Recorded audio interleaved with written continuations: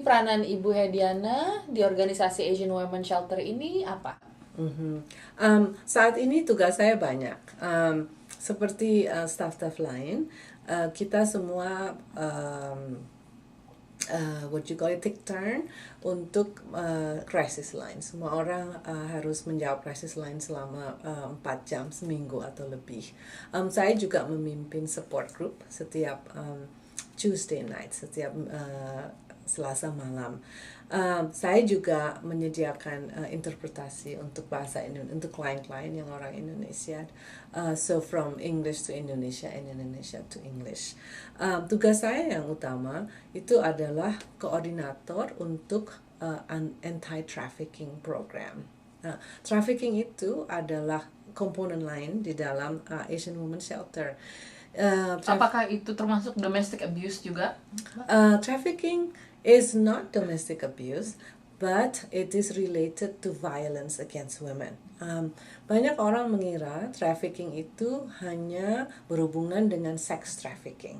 Jadi itu cerita-cerita di mana banyak wanita-wanita muda yang dibawa dari negeri-negeri dunia ketiga, dimasukin ke dalam truck or boat, and then sampai di sini dipaksa untuk menjadi prostitutes. So that's true, it is trafficking. But trafficking juga mencakup hal-hal lain, which is domestic worker. Jadi orang-orang yang dibawa ke Amerika atau dibawa ke negeri lain disuruh menjadi babysitter atau menjadi tukang masak, tapi tahu-taunya tidak dibayar. Lalu tidak boleh keluar dari rumahnya majikannya.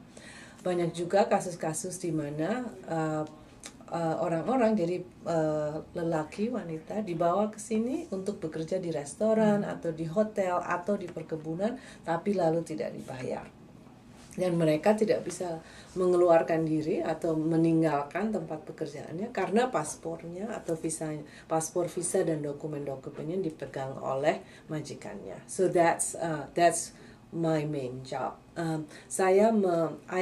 develop the program. I'm also a case manager. Saya juga a networking person. Jadi kalau ada pertemuan-pertemuan penting dengan organisasi lain atau dengan pemerintah, itu saya yang pergi. So I am the main representative for Asian Women Shelter for trafficking.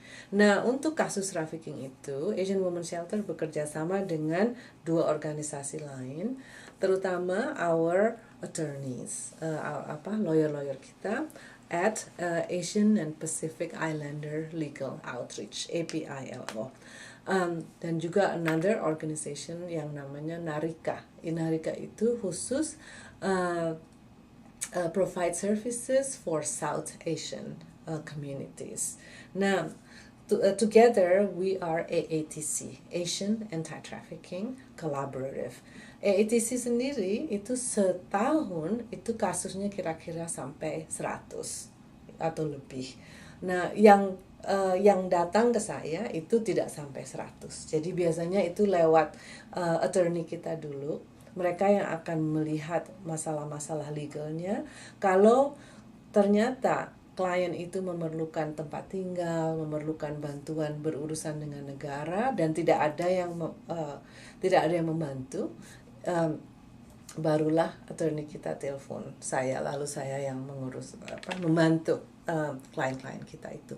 Klien kita itu wanita, pria dan juga anak-anak.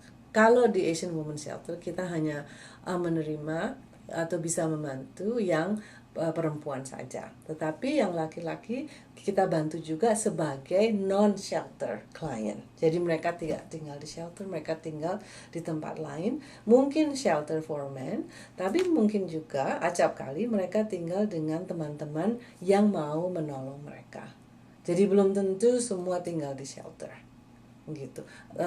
Asalkan kalau tinggal dengan teman, asalkan tempatnya itu safe dan orang yang melukai dia dan mau abuse mereka itu tidak tahu dia di mana. Bu Hediana tadi mention tentang pekerja yang tidak dibayar.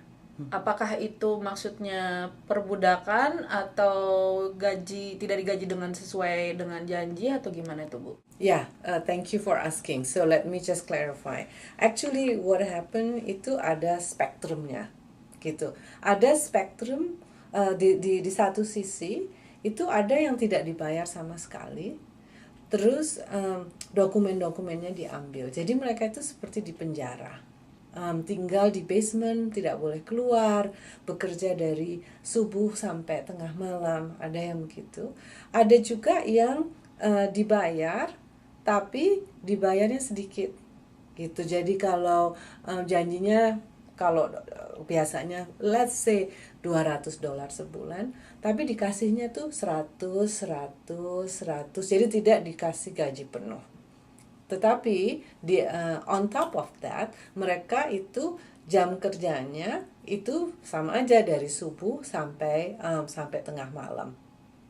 Dan kalau mereka tidak mau kerja, lalu dimarahin, dibentakin, dipukul. Ada juga kasus-kasus perkosaan gitu. Nah, di spektrum lain ada yang dibayar, tapi dibayarnya itu sangat minim. Dan juga dokumen-dokumennya juga dikasih, tidak diambil dokumen, tetapi keadaan bekerja, the working condition, it looks like kerja paksa. Dan kalau si pegawainya itu mau pergi, itu tidak berani. Nah, kenapa kok tidak berani? Karena dia pernah lihat orang lain melarikan diri dipukulin. Jadi kadang-kadang dia sendiri tidak dipukul, tapi dia melihat orang lain dipukulin. Atau diberitahu kalau kamu lari, kamu akan dibunuh. Diancam. Diancam. Yeah, so there's like a big spectrum of different kinds of kerja paksa. And in the end,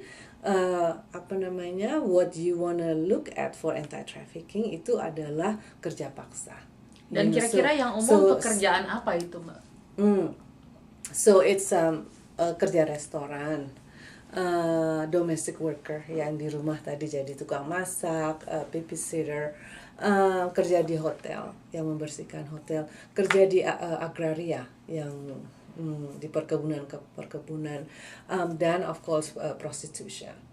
Nah, kasus-kasus yang lewat di meja saya itu biasanya a combination of sex and domestic worker. Jadi mereka datang ke sini dijanjikan, oh kamu jadi babysitter, nanti kamu saya sekolahin.